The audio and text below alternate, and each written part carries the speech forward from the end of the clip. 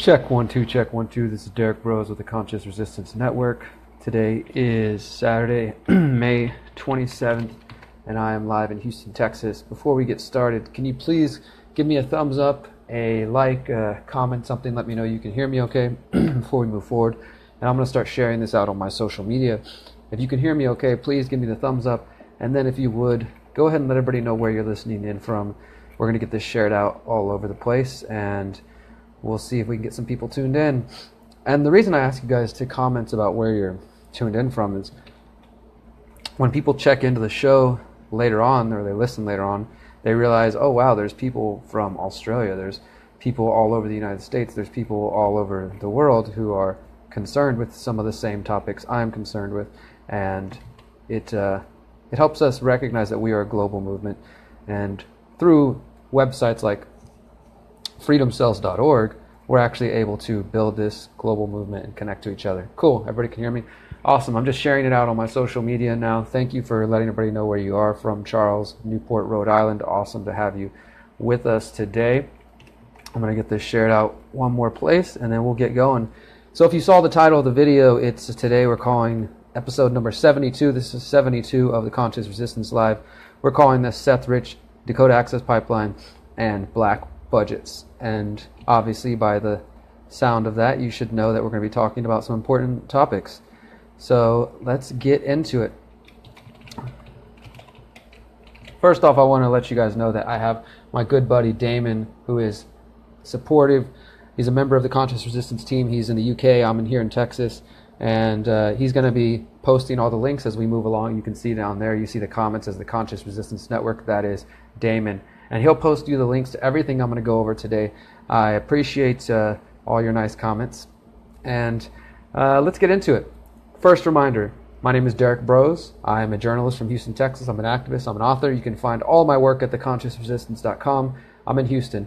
And you can find my journalism at derrickbroze.contently.y. If you want to check that out, Damon, post that. And I write for Activist Post, I write for the Anti-Media, and I write for Mint Press News, and I work with the guys from The Mind Unleashed. And I'm preparing to go on a tour, a 52-city tour of the United States, to promote the message of consciousness raising, of meditation, of agorism, of solutions, of permaculture, and of community building. So if you're interested in that, please check out theconsciousresistance.com/tour. Now let's get into our first story today, which is one that I just published last night. It's coming from activistpost.com. And I want to mention this first because I often see that there's questions throughout here, and sometimes I just run through the stories. I am going to take questions towards the end of the show. We'll probably do about 30, 45 minutes today. I'll try not to drag this on too long. I know it's a beautiful Saturday, and you guys need to go enjoy it, and there's plenty to do rather than listening to me. But I didn't do my show yesterday. I figured it would be a good time to do it now because these are important stories. So thank you for your time. Let's get into this. The first story has to do with Seth Rich, and it's titled, "Despite Family Pleas, the Search for the Truth About Seth Rich Continues." Damon's going to go ahead and post that link, and you can look through that yourself. And what I want to do here is I start off with this title. After a dizzying week of unsubstantiated claims and anonymous rumors, it's time to look at what we actually know about Seth Rich's murder. So as you guys probably know by now, and if you follow my work, you've seen I've done a couple of articles on this, that on May 16th, Fox 5 in Washington, D.C., they released a report claiming that the Democratic National Committee staffer Seth Rich was in contact with WikiLeaks prior to his murder in July 2016. But we have quickly found out that that report fell apart. Fox News is not always the bastion of truth. I don't want to say everything on there is fake, because there's a lot of fake news all over the media, not just Fox, but MSNBC, CNN, Washington Post, and on and on. But it is necessary to recognize that this report did fall apart. And I'm very thankful. If you followed my reporting, I was congratulated and commented by several people that they appreciated my reporting style, that I was being objective, and that I was not being biased, because some of my friends here in the independent media are so ready to confirm their own biases that when they see a story like this, oh my God, a private federal investigator says he saw Seth Rich's computer and that there's an investigation that's being put on hold. Let's all rush. Who can get the articles out quicker? So you got We Are Change, you got Anti-Media, you got Free Thought Project, and other people that I trust and I work with and I love and I care about, and then other less reputable websites. Everybody rushed to get this out there. I took my time a little bit. I did some research and I put out an article last week called Who is Lying About the Murder of Seth Rich? And I think I was able to objectively look at it and say, guys, look, we can't rely on these anonymous sources. You know, in our movement, especially as journalists, we're often critical of government sources whenever, say, the Washington Post or the New York Times says, according to a government source, X, Y, and Z happened. And it's difficult to accept those things because we, the people, are just expected, oh, well, the New York Times, the Washington Post, they're a reputable outlet. They've been around for, generations. I should trust them, and I'll just go with their word. They say they talked to some anonymous guy. That's not good enough for me. In the day and the age of the internet, when we have live streaming, when we've got YouTube videos, and we got all this thing, you know what? Show us a picture, show us an interview. And sometimes it's not always safe, I know that, but it is important to have valuable, credible evidence, and this just wasn't it. So the story quickly fell apart, and then you had people jump in like Kim.com, who's the internet entrepreneur who himself has been facing legal troubles, and he started tweeting, I have evidence that, he said, if Congress includes Seth Rich case into the Russia probe, I'll give written testimony with evidence that Seth Rich was WikiLeaks source. And then he said that this past Tuesday he would be releasing a statement after he talked with his legal team. The statement came, but it really didn't add much to the story other than some anecdotes from Kim.com saying that he knew somebody that went by the name Panda, and Seth Rich, the DNC staffer, who people suspect was the WikiLeaks source who helped expose the corruption of the DNC and helped expose Hillary Clinton and helped expose a lot of different things, including the Podesta emails, the controversial Podesta emails that led people on the trail of what is known as Pedogate or Pizzagate that I've talked about in the past. We're not going to get into that today, but I'd say there's a lot of reasons that people wanted the public, you guys, to believe that the WikiLeaks emails were just propaganda, that they were just fake Russian news, and that you shouldn't read them. I mean, at the time, if you go back, look YouTube and see, you can see the clips from these Deadstream media pundits saying, if I was a good American, if I was an American, I wouldn't even look at these. It could be a criminal act to look at these emails. So they were already putting in your head that it's a bad idea. Don't go look. Don't go pay attention to what's happening over here. Just pay attention to what's in front of you. And that's always dangerous. So Kim.com said he was in touch with somebody who called himself Panda. He says he knows that Panda was Seth Rich and that Panda was working on voter analytics tools and wanted to change things, the system from within. And he said that he would be willing to provide a full statement in person to the U.S. Congress if he was guaranteed a safe return to New Zealand, since he is facing his own legal troubles. And then shortly after that, we had a Washington Post. Again, Washington Post is fake news. I'm not saying everything from there, but if you don't know this already, please go Google Washington Post, CIA, Google Amazon, Jeff Bezos. He's the owner of Amazon. He's connected to the CIA. The CIA has bought into the Washington Post through that deal. The evidence is there. Go do your own research. I don't even need to tell you anymore. This isn't a conspiracy theory. Hopefully by now you recognize that there's a lot of things in our world that could be called conspiracies that are real. And so the Washington Post put out this story accusing Kim.com of attempting to hack into Seth Rich's account to spread fake evidence. That was quickly debunked by many people, and that's just adding to the lack of credibility coming from the Washington Post. And Kim.com basically then released a public letter to the family of Seth Rich saying, please don't attack me, don't libel and slander my name in the attempt to silence people, because the Rich family, through spokesman and then through a letter that was published through the Washington Post, came out and said, please stop investigating this, please stop using conspiracy theories to exploit our son's death and things like that. And take what you want, Maybe if you were in the situation, you would say, God, would these people on the internet just let our son rest in peace?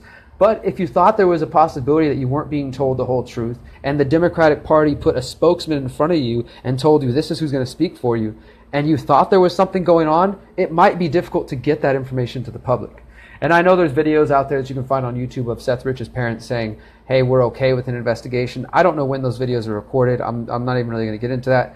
But this is what I end the article with, and this is what I want you guys to take away when it comes to, Seth Rich. It says, at this point, it's important to recognize that the only piece of evidence which points towards Seth Rich being involved with the DNC leaks and WikiLeaks rests on a couple of curious comments from Julian Assange and Twitter chat logs that are purported to have taken place between Robin Young. Now, Robin Young is a former Playboy model and an actress who starred in an old James Bond movie, and she claims on her website that she was communicating with the alleged hacker Gustafer 2.0, who the mainstream says is the real hacker. She was communicating with him, and she said that at one point he made a comment about knowing somebody named Seth and saying that his source was Seth. So those chat logs haven't been verified, so there's really no way to know. At this point, we are left with a statement from Kim.com, comments from Julian Assange, a discredited report from Fox News, and unconfirmed chat logs. Now, it's possible that Rod Wheeler, the federal investigator, and Fox were threatened and told to stop reporting on Rich's murder. It's possible, but there's no evidence for it. So at this point, it's just speculating. And there's still loose threads out there that be explored by researchers with the skill, time, and resources. For the rest of us, though, it may be important to remember that the U.S. government still has not conclusively provided any information, clear, concrete evidence that Russia hacked the U.S. election. So that's what I got on that. Damon, you posted that link there. Please get that again. And I want to remind everyone who's tuning in right here, if you can go ahead and let everybody know where you're listening from, you can help us recognize that this is a global movement. We have people listening from Activist Post, from The Mind Unleashed, from the Conscious Resistance Network, and from my personal page. And I appreciate each and every one of you who are listening. Let everybody know where you're tuned in. And if you see somebody down there who is near your area, why not connect with them? Just a reminder, my work can be found at theconsciousresistance.com. It can be found on derrickbroze.contently. You can follow me on Facebook and, of course, on Twitter. And these videos, if you miss them live, they always appear on YouTube shortly after we finish them. So thank you guys for everybody who's tuned in.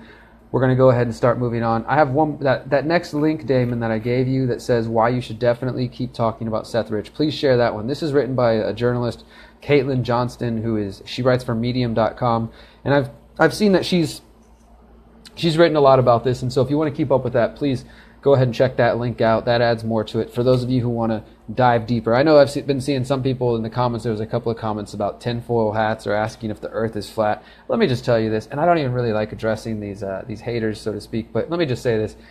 In 2017, if you have the beautiful tool that is the internet and you don't realize that governments, specifically the United States governments, kill their enemies, that they assassinate people, that there are tons of people who have died throughout the last 50 to 60 years who are going to expose different projects, people who, did impossible suicides that have happened, then I really I implore you with all the compassion that I can to do more research and to stop buying this idea that the U.S. government and that governments around the world have your best interests at heart. That's not to say everyone's involved is a horrible person. It's just to say that the institution itself does not serve our interests and the health and the wealth of the people. Water is life. That brings us to the next story here. Some of you who follow my work, then you must know that I went to Standing Rock 3 times in August, October, and into December to cover and report on the incident. I was tased, I was pepper sprayed, I was there in prayer, I was there in support, I was also there as a journalist. And I was firsthand attacked by the growing police state. One of the really disturbing things for me is that we had this massive fight, indigenous resistance and struggle going on and taking place around the world, but people were still defending the police state. They were out there saying, well, the protesters shouldn't be in the streets, or the protesters shouldn't be out there, or just all these silly things that basically took the side of the aggressor, which was the Enbridge company, the Dakota Access Pipeline, the security forces, and the local police departments that all were aggressing upon individuals. So now we have this new article. Damon, please go ahead and share that Intercept article. This is coming from the Intercept just today, actually, just this morning. It says, leaked documents reveal counterterrorism tactics used at Standing Rock to, quote, defeat pipeline insurgencies. And what am I trying to tell us? Guys, if you don't know what you're tuned into, this is a news program. I do this once a week. It's called The Conscious Resistance Live. My name is Derrick Broze. So you are free to listen or you are free to peace out. Either way, I hope you have a beautiful day. So a shadowy international mercenary and security firm known as Tiger Swan targeted the movement opposed to the Dakota Access pipeline. Yes, exactly, a tiger swan story. With military-style counterterrorism measures, collaborating closely with police in at least 5 states, according to internal documents obtained by the Intercept. What's up, man? The documents provide the first detailed picture of how Tiger Swan, which originated, now get this, as a U.S. military and State Department contractor, helping to execute the global war on terror. Now, again, this is just an example of the continued militarization of the police force in the United States. I did a little rant yesterday on my personal Facebook page talking about how the United States is the aggressor. I was really trying to get people to understand, what does terrorism mean and who is the terrorist? Who are the terrorists in the world? You know, they blame it on radical Islamists, and they blame it on extremists, which absolutely people are out there causing crime and causing harm to others. But then when you look at the fact that the United States is essentially legitimized terror, the United States government and the military, you have NATO, the North American Transatlantic Organization, which is an agreement, a conglomeration of 28 nations that come together to defend each other, right? The United States military budget is greater than the other 27 nations combined.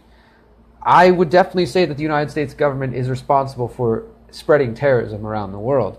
In their fight to fight terrorism, really we see that there are people who are like Christian extremists. It's like a Christian extremist versus Muslim extremist, and the people in power tell us that they're trying to save us, and it goes on, and it's really just about power. It's about control. So you have the militarization of the world, you have the spreading global empire, and then what happens whenever the weapons and the machines are done over there? They send them back home, and they militarize the police. So you have things like Stingray cell phone surveillance, which is something that I wrote an article about earlier this week. I'm not even going to touch on that. But if you go to derrickbroze.contently and you see my article, you can see that now the U.S. government is using Stingray cell phone surveillance, secret cell phone surveillance that started out as military tools to find undocumented, illegal human beings. And basically, this is what happens, is they militarize at home. They say that there's extremists. They say that anybody that opposes the government, anybody that opposes pipelines, anybody that opposes the agenda and the status quo will have weapons, military weapons used against them. This is the reality, guys. I've been in these zones, in Dakota Access Pipeline, in Ferguson, in Boston when they shut down during martial law after the Boston bombing. I mean, this is what's going to happen, is eventually the military, the militarized police will be used against anyone who opposes the status quo. So Tiger Swan is just another example of this. They're a part of the global war on terror. They worked with Energy Transfer Partners, the company behind the pipeline, and they worked as a U.S. military and State Department contractors. It says that internal Tiger Swan communications described the movement against the pipeline as a, quote, ideologically driven insurgency with a strong religious component. Yes, we were religious. We are indigenous native people who are tired of being oppressed and suppressed, and tired of having our ways smashed down and taken away from. So it says they compare the anti-pipeline water protectors to jihadist fighters. One report dated February 27, 2017 states that since the movement, quote, generally followed the jihadist insurgency model while active, we can expect the individuals who fought for and supported it to follow a post-insurgency model after its collapse. They draw comparisons with post-Soviet Afghanistan, and they go on and on. It's more than 100 internal documents that have been leaked to the Intercept by a Tiger Swan contractor, as well as a set of over 1,000 documents obtained via public records requests, reveal that Tiger Swan spearheaded a multifaceted private security operation characterized by sweeping and invasive surveillance of protesters. And so Damon, please post that link to them, theintercept.com. Please check that out for yourself and get to know that one. Now, and while we're on pipeline news, I want to give you some update because I said I was there. There's already been a reported 3 leaks. I have an article here from RT talking about 2 leaks that have happened, but there's reports of another one. These are 3 leaks now before the Dakota Access Pipeline is even actually operational and going on. And they're still finishing it up, and there's already been leaks. 20 gallons of oil, there's small leaks here and there, right? But this is coming from, we had 84 gallons, we had 20 gallons on March 5th and March 3rd, and then there was another one, I think, just in the last couple weeks or so. And this is coming from a pipeline that they told us would never break. That it's the state-of-the-art machine. It's not going to, there's nothing to worry about. Damon, I don't know if you already did, but please make sure that they can see that link there. So basically, this is what we can expect. They They try to ignore the cries of the people. They try to ignore the fight that come from the people. Rarely anybody in the deadstream, mainstream media talked about it. You had Bernie Sanders, you had Tulsi Gabbard, and a few other politicians who came down there to make their voices known. But nobody seems to be talking about it now. Why aren't they in front of the Congress and in front of the House of Reps saying, hey, you remember that pipeline we were ignoring? Now it's spilling everywhere. Now this is maybe why the people were fighting. This is probably what they were worried about. Somebody said, why am I ignoring the people? I'm not ignoring you. I will take questions at the end of this. So if you have something to say, you can keep commenting, but this is my show, so you can listen or you can wait. But I appreciate you guys being tuned in. And once again, in case you don't know, my name is Derrick Broze, Derrick Broze, and you can find me on Facebook. You can follow me there. Keep up with this. Now, I want to remind you one more story before we move on this. So we have militarized police. We've got 3 leaks, and I want to go back to just about a month ago, a report that came out of the anti-media on April 28, 2017, about a study talking about the potential oil spill that could be deemed too dangerous to be made public. Now listen to this. This is really crazy, because when you put this in the context of the oil spills that are just happening right now, the U.S. Army Corps of Engineers is reportedly withholding a recent study on the effects a spill from the DAPL could have on the environment. So, in March, independent news organization Muckrock filed a Freedom of Information request to gain access to the environmental assessment the Corps had conducted to determine the effects of an oil spill could have on the lake there. Huffington Post explained what prompted Muckrock co-founder to submit the request. He said the assessment's existence was mentioned in an internal Army Corps memo about the controversial pipeline. The memo mentioned that several documents were withheld from the public and from representatives of a Native American tribe that has objected to the project. Then they got the documents themselves, and they looked into it, and they basically show that the Army Corps of Engineers is trying to hide the fact that their own study said that a spill could happen and that it could be dangerous and that it could cause problems to the environment. Damon, please go ahead and post that one to them too from the anti-media. You can read it for yourself. Now, the reason we're posting all these links is because I don't want you to sit here and take my word for it. I'm a journalist. I do my research. You can hopefully come to know me and come to trust me that if I'm reporting on something, if I'm talking about something, it's going to be truthful, and you can check out the facts. Unless I specifically say I'm speculating or this is just my ideas or a theory, this information is real, it's valid. So spills are happening in the Dakota Access Pipeline. The Army Corps of Engineers is trying to hide the fact that they know that spills could be dangerous. And now we know that private security contractors who work with the U.S. military have been spying on protesters, and were spying on protesters throughout the time, and basically called us jihadis, and they just see us as an insurgency. So it's very revealing.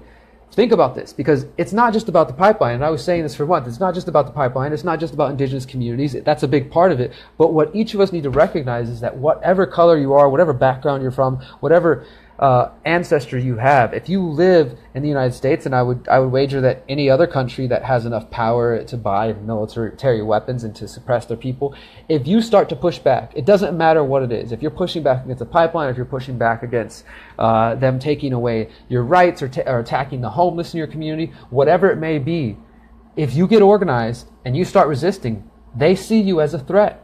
So this is not just, go vote and try to change things.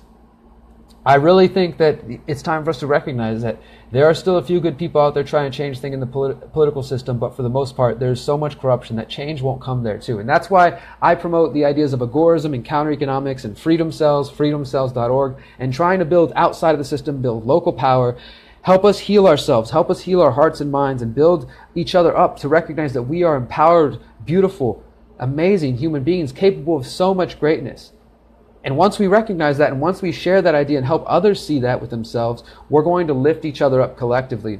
And, from that point, I think you recognize that we shouldn't give away our power and assume that politicians and presidents and these people representing us or value us. I think that the true value is in us, in each of us, and in our communities.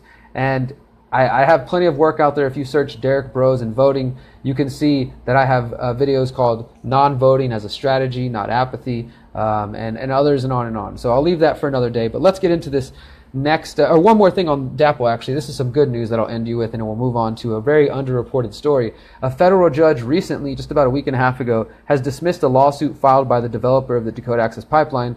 If you may remember this, during that time, the Energy Transfer Partners was basically countersuing the protesters and trying to say, put a restraining order on them.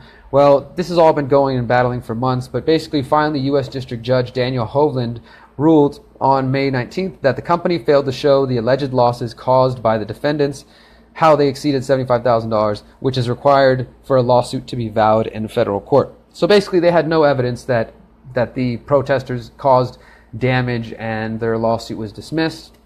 And there you go. Yeah, that's what it's about. Good luck. Congratulations to everybody who was on that, who had a lawsuit filed against them and was facing potential legal action. It always feels good when you can defeat the state and when their BS falls apart and people recognize that there's no truth in their words. All right, next story. U.S. has widespread drinking water crisis, a new study finds. This was reported actually 3 weeks ago. And I've had it saved in my article ideas folder. I haven't had time to write about it. I'm going to write about it today. It'll be out on Activist Post. It's a very important story that has just been swept under the rug. And I don't understand this. Why is it that the deadstream, the quote-unquote mainstream, isn't reporting on something as big as Americans' water having such a bad problem? What's going on, everyone who's saying, yo, nearly a quarter of Americans get their drinking water from systems that don't comply with federal health standards, according to a report released Tuesday by the National Resources Defense Council. Now, I want to say first off that I'm not really for centralized power, bureaucracies, and for federal systems like federal health standards. I think communities can better take care of themselves, but generally I'm going to guess that these health standards related to water are probably a good thing. Maybe we could localize them and decentralize them, but they're probably a good idea. So the National Resources Defense Council released a 26-page report saying that a combination of a deteriorating infrastructure and a lax enforcement by federal and state regulators leaves several communities vulnerable to water teeming, overflowing with various contaminants. The study co-author Eric Olson said America has a drinking water crisis. Olson and his colleagues said that President Trump and his administration will only exacerbate the nation's drinking water problem. So basically, this guy doesn't have faith in Trump. I don't know what to expect. All I know is that this is an example of how the crises that we've seen in Flint, Michigan, shout out to everyone in Flint, Michigan who has been working to fix that situation to help the communities there, and in Detroit where water's been turned off. City officials switched to using the Flint River after the city's old decaying lead pipes were found to be containing lead poisoning, and that was poisoning the residents. So ingesting lead can be detrimental to human health, obviously, with particular hazardous impacts on the brains of developing children. The National Resources Defense Council's report makes the case that rather than an isolated incident in Flint, this is actually probably the standard that affects most cities around the world, that they probably have crumbling infrastructure, and they are just really that we're all at risk. We're all at risk of getting poisoned, not just by fluoride, but by lead and by chlorine and chloramine and all kinds of other things, pineal gland, things like that. In 2015, about 77 million people received water from some 18,000 water systems that were in violation of at least one rule that was enacted by the Safe Drinking Water Act. Some of the violations include not mandating testing, failing to issue consumer confidence reports, or failing to report various issues identified during the testing process. So think about that. You have the people that are supposed to be in charge. They're not doing testing. They're failing to release reports that are supposed to provide confidence to consumers and let them know what's going on with their water. And they're also failing to report issues that have been identified during their testing process.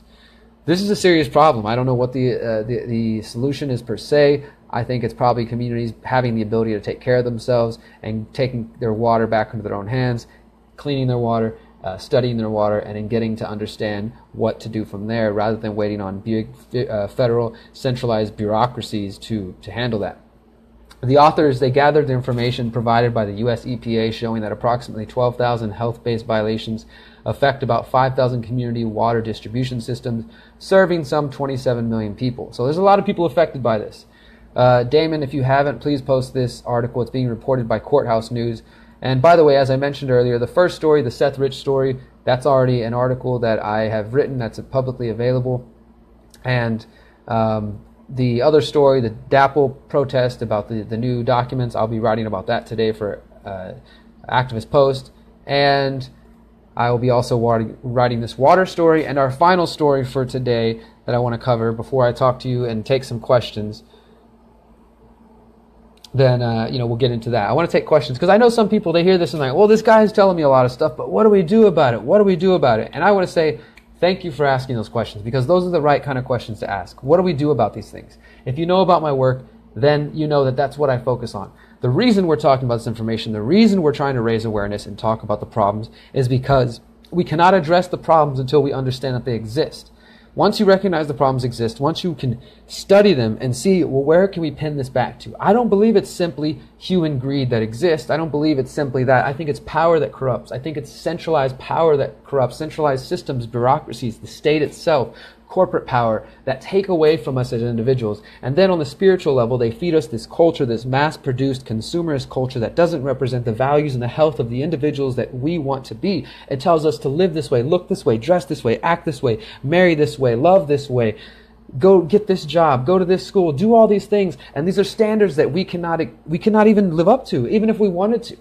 But when you unplug from that matrix and you really start to look at yourself and understand who you are as an individual and what matters to you, what makes you happy, what fulfills you, what brings joy to you, then you understand that the power is right here.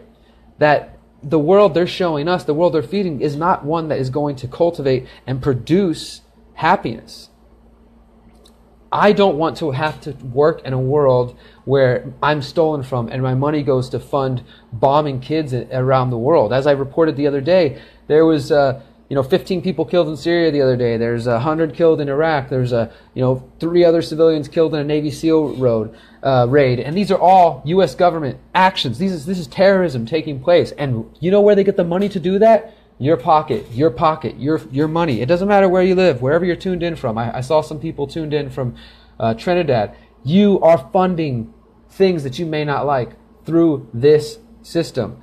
So if we want to take the power back, we need to localize. We need to create what I call freedom cells. Freedomcells.org. Please go join for free. Please find people in your local community and start building local power, escaping and unplugging, vacating from the state. You can look up a philosophy called agorism. You can read the books that I've written that provide solutions that are free and available to download at theconsciousresistance.com/books. And you can find the solutions to that. Now, we've talked about Seth Rich and we've talked about poison in the water. We've talked about militarized police because of the Dakota Access Pipeline. We've talked about damage to our community and our environment. We talked about these things. And as I said, I don't think that this is simply a product of greed. I think this is inherent in the system and the institution that is known as the state. The state is an institution that claims monopoly on a given landmass. In this case, the United States of America. There are people in power that have legitimized their authority through the media and through the state's education system. We were all raised generally. Some of us weren't lucky enough to be homeschooled or unschooled or world schooled. If you were raised in the state system, you were given a version of history that says that they are the victors, that they are the mighty, that they are the righteous, and this is who you should look up to. But in reality, it's much different. So the last story is going to cover that and give you an idea of why you shouldn't trust them and why you shouldn't believe that you can actually affect change within the political system. People are commenting about deep state there. And I want to say that, yeah, there's a deep state. That term seems to be coming into vogue now because of Trump.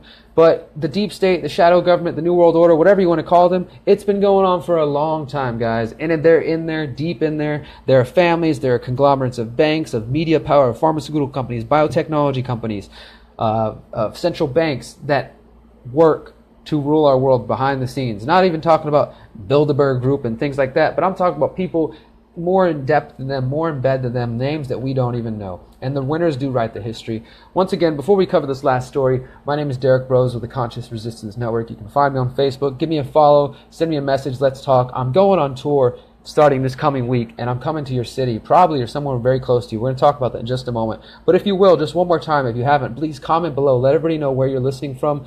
It just takes a second. Just say LA, say Chile, whatever it is. And if you're near somebody below, contact them, make a friend. Let's build a better world by connecting and tearing down the barriers that separate us and building relationships and connections, because that's what's really going to change things. First, we have to evaluate what's going on in our world and how we're contributing to it, how we're contributing to our own enslavement.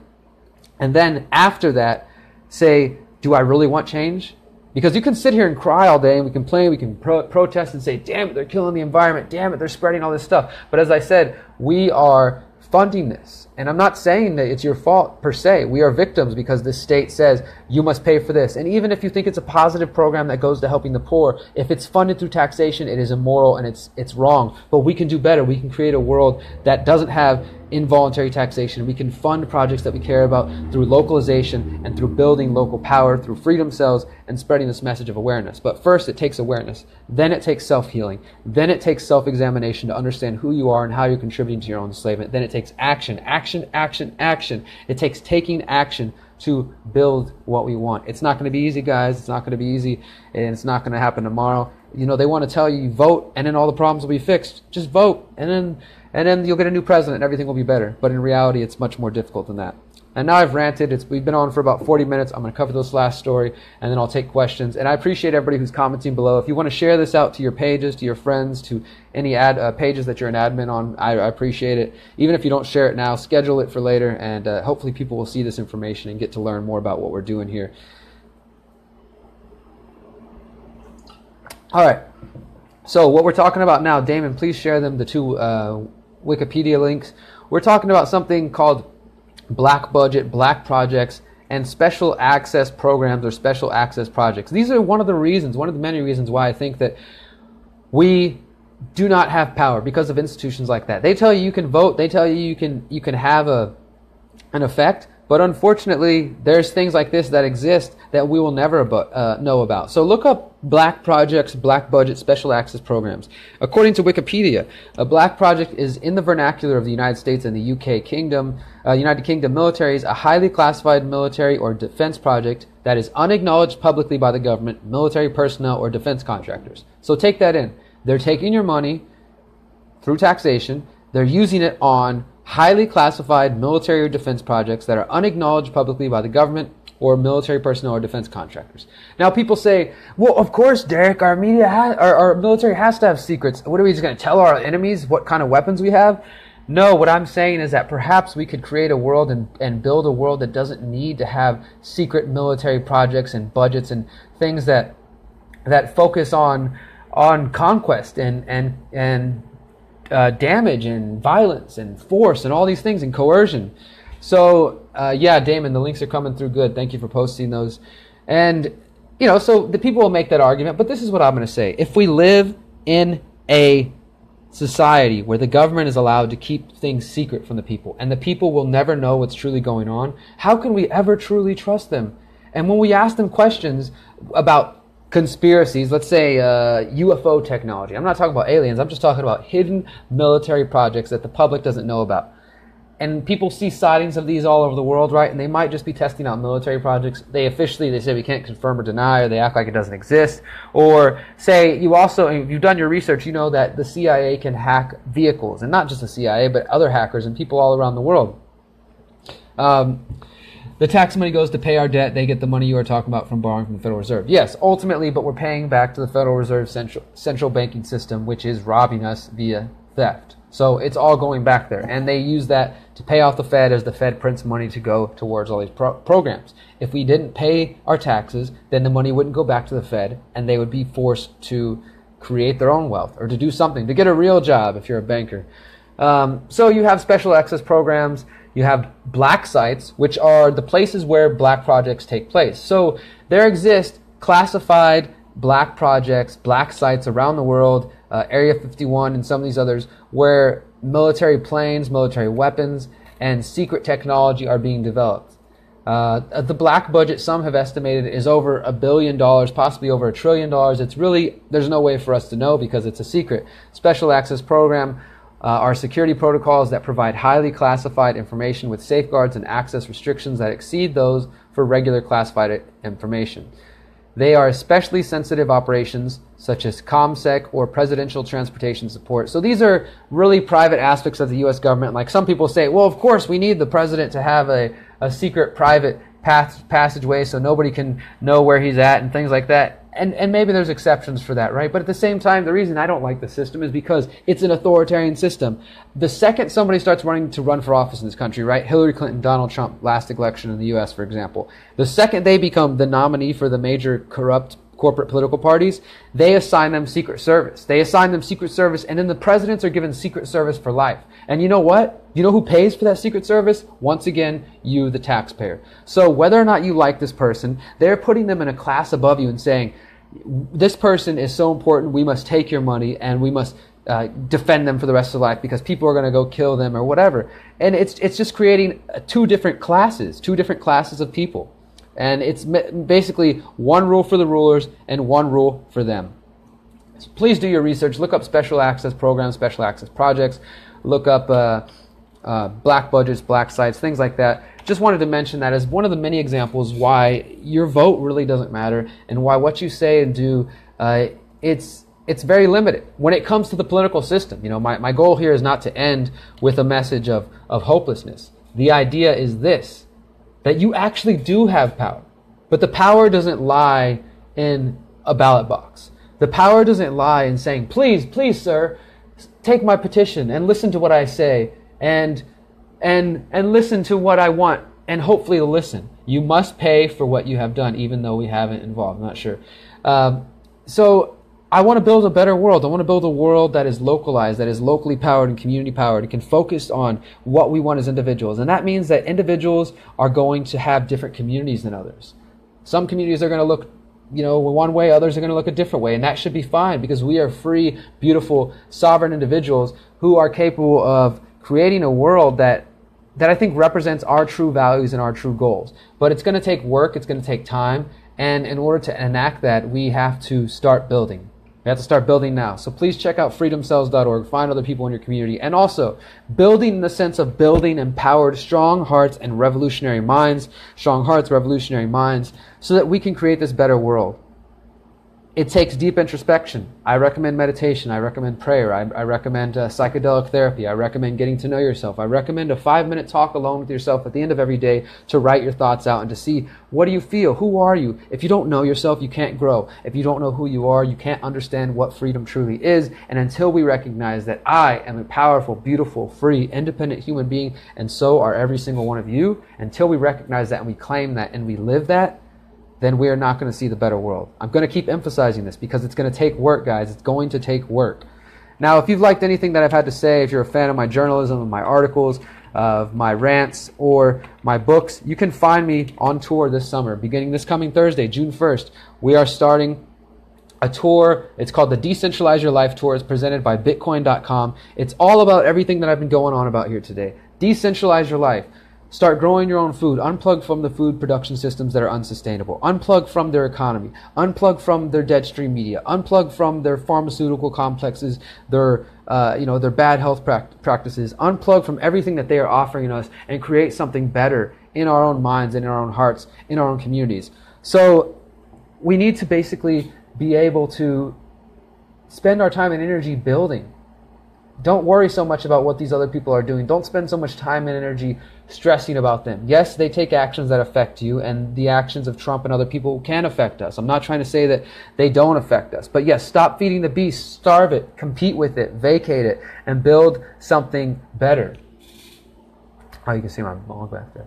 And unplug from all these systems and build a better world. That's what I'm after. So check out theconsciousresistance.com/tour. The link is right there.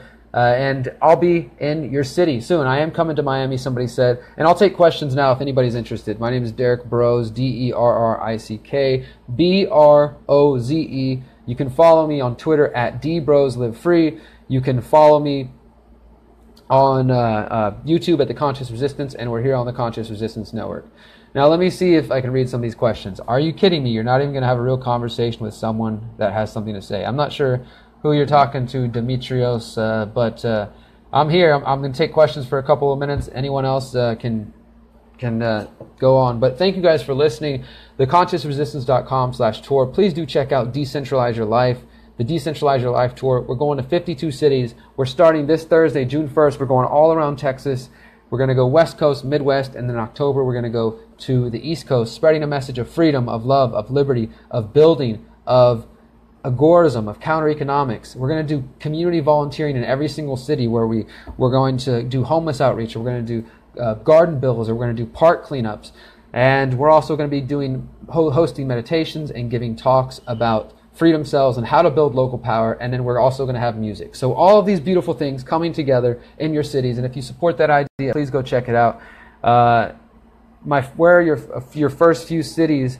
We're doing Houston, Austin, San Antonio, Corpus Christi, Laredo, El Paso, Lubbock, Dallas, the Texas Freedom Grounds, Ben Wheeler, Texas, Texarkana, and then New Orleans. We need help in New Orleans if anybody can help out. When will you come to Europe? I'm trying to come to Europe next year. We're going to do first an American tour, then we're going to probably do another American tour at the beginning of next year, and I plan to go to Europe by late 2018 if everything goes well. Excited about the tour, bringing as many people as I can. Santa Cruz, what's the date? June something, I have to look it up, but nonetheless excited. Thank you guys. Yeah, we are coming to Chicago, Illinois. We're definitely coming to Santa Cruz. Again, the dates can be found at theconsciousresistance.com/tour. Check it out there. You'll see the full details. You'll see a video of me talking about the tour and what it means and all that good stuff. So please check that out. I am not coming to Oregon, unfortunately. We're not going to make it as far as Oregon or even Washington State. We are going up to Trinidad, California, up in Humboldt County, unfortunately. So that's basically where we're headed to, and we're going to be going all over the country. We are going to Kansas for sure, Kansas City.